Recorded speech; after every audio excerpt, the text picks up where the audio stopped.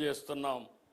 చౌక దుకాణాల ద్వారా ఎప్పుడు కావాలన్నా రేషన్ సరుకులు తీసుకునే వీలు కల్పించాం. MDU వాహనాల రద్దుతో రేషన్ బియ్యం రీసైక్లింగ్ మాఫియాకు అడ్డుకట్టు వేస్తున్నాం. 18 లక్షల మంది వృద్ధులు దివ్యాంగులకి ప్రతి నెల 26వ తేదీ నుంచి ఇంటి వద్దే రేషన్ అందిస్తున్నాం.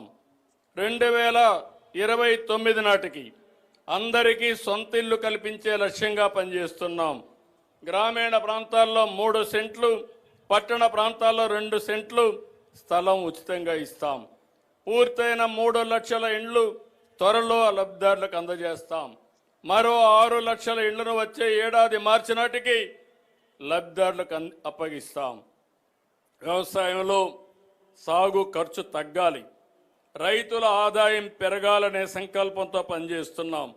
మారుతున్న ఆహారపు అలవాట్లకు అనుగుణంగా డిమాండ్ ఉన్న పంటలు సాగు చేయాలి. ఎరువులు, పురుగు మందుల వినియోగం తగ్గించి ప్రకృతి సాగు దిశగా రైతులు అడుగేయాలి. ఆర్గానిక్ ఉత్పత్తులతో ఆరోగ్యం కాపాడుకుందాం. ప్రపంచ మార్కెట్కు ఆర్గానిక్ పంటలు ఎగుమతి చేసి ఆర్థికంగా బలపడదాం.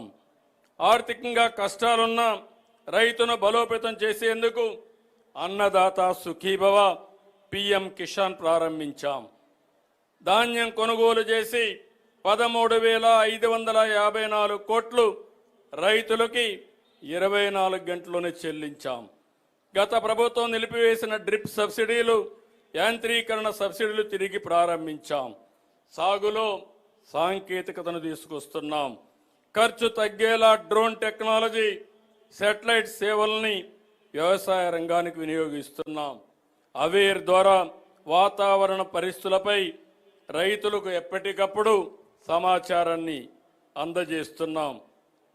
అంతర్జాతీయ పరిణామాల కారణంగా వాణిజ్య పంటలైన కోకో, మిరప, పొగాకు, మామిడి రైతులు ఇబ్బంది పడితే వారిని సకాలంలో ఆదుకున్నాం.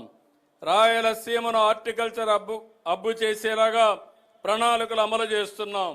వాణిజ్య పంటలతో వ్యవసాయాన్ని లాభసాటిగా చేస్తాం.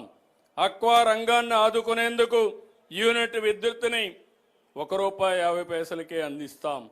అమెరికా సుంకాలతో నష్టపోతున్న అక్వా రైతులను ఆదుకోవడానికి కేంద్రంతో సంప్రదింపులు జరుపుతున్నాం. పంటలు పుష్కలంగా పండాలంటే సాగునీరు లోటు ఉండకూడదు. రాష్ట్రంలోని అన్ని నదులు అనుసంధానం చేస్తే కరువు అనే మాట ఉండదు.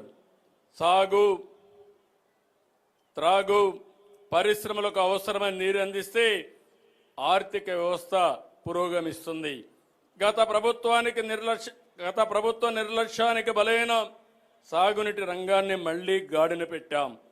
రాష్ట్రానికి జీవనాడి పోలవరం ఇది 2020లోనే పూర్తి కావలసి ఉన్న గత ప్రభుత్వం నిర్లక్ష్యం, ఆలసత్వం, వైఫల్యంతో